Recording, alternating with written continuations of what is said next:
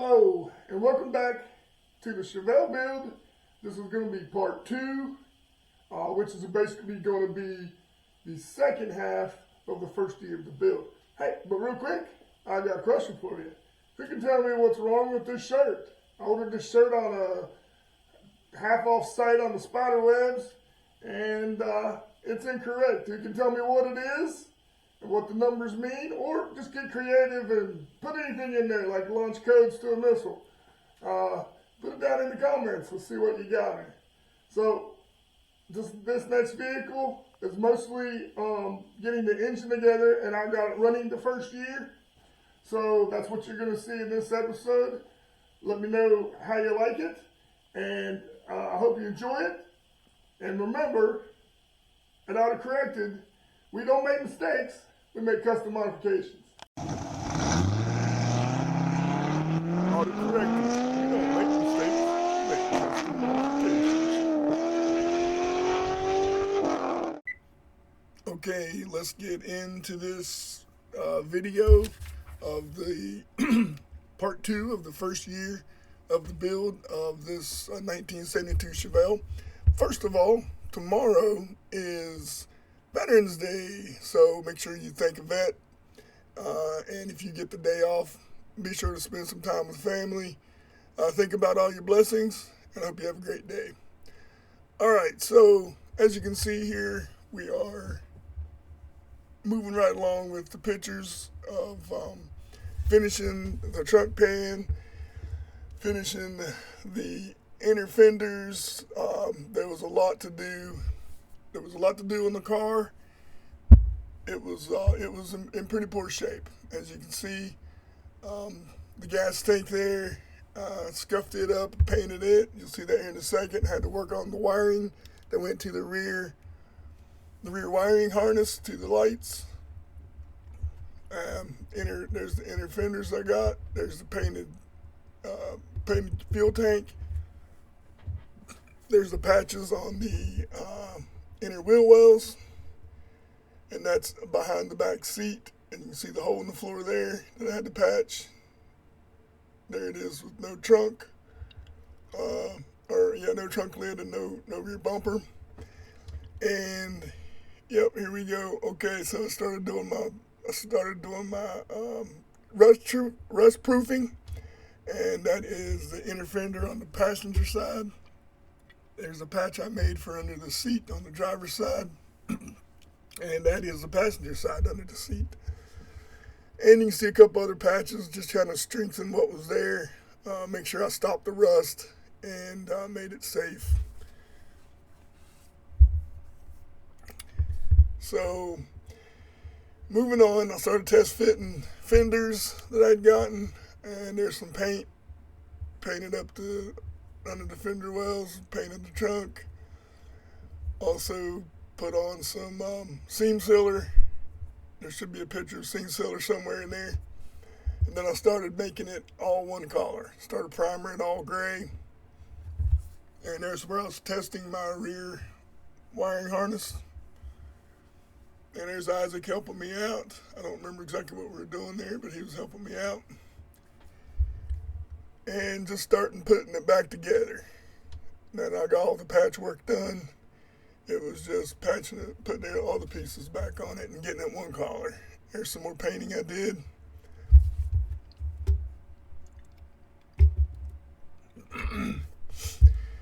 Yep, some more primer. More primer. Then I put the door back on.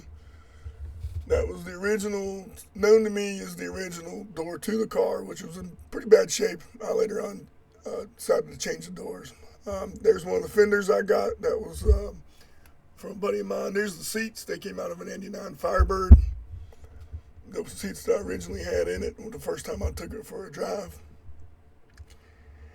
And there are, I had to weld those little washers on there because the place where the clip goes was messed up, so I had to weld those washers on.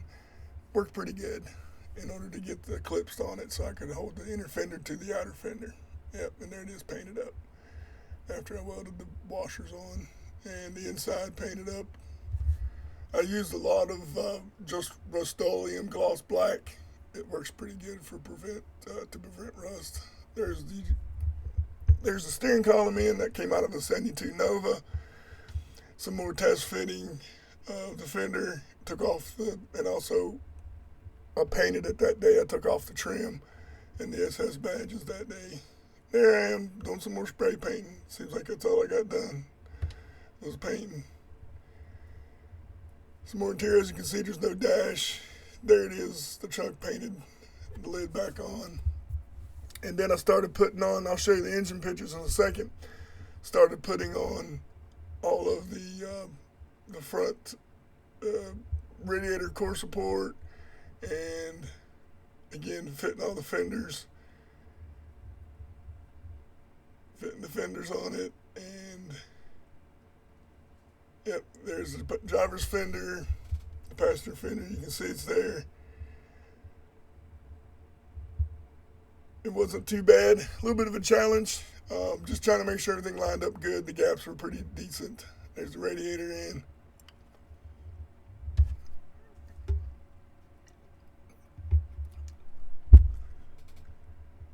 And put the back wheels back on it. Put the seats are in it there.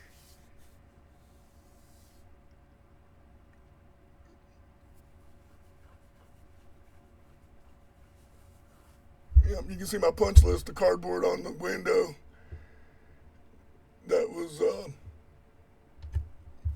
and then there's the gauges I put in so I could pay attention to my engine since I didn't have any gauges yet. And that's kind of what it looked like. All right, this next section is going to be on putting in the engine. As you can see, getting it ready there. Put it on the cherry picker.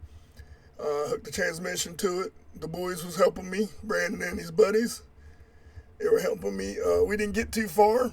As you'll see here in a second, I realized that's the new lines I had to get for the transmission, for the coolant lines, but also had to change out those bungs. It was a different size of bungs. So there's the bung I got from Advance Auto. I had to go to 2 different stores because they only had one in stock at each location. And then we were getting ready to set the engine in, and I realized that I had a truck oil pan on that engine because it came out of an RV. So I had to stop in my tracks and got on Summit, ordered me the correct oil pan, and you'll see the pictures here. I took it off, had to get a new sump because the sump was, of course, a different length also because the car oil pan is not as deep as the truck one. So yeah, I'll get into that in just a second. So then, of course, I had measured it to make sure that it was the proper depth, and then I painted the new oil pan. There it is, still hanging on the cherry picker. And that's the new oil pan. It came nice shiny.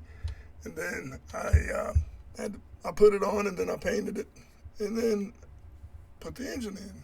There's the new sump that I got. You can see the difference in the height. And there it is installed. The pickup tube, the new one installed.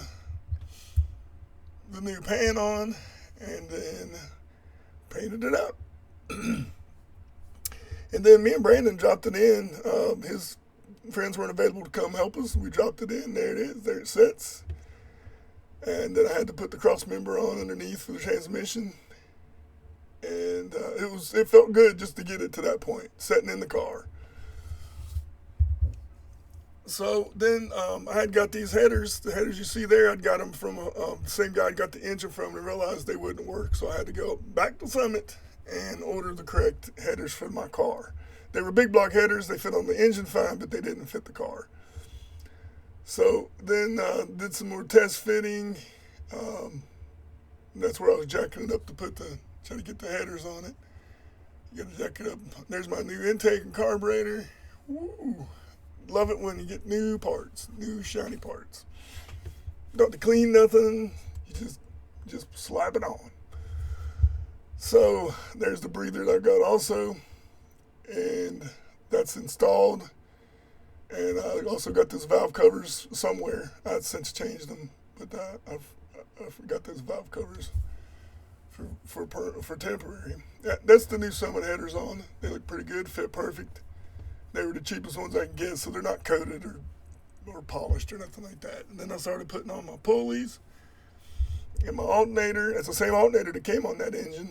I tested it and it works fine, so I figured, well, I'll just go ahead and use it, save a couple bucks. There's the brackets again.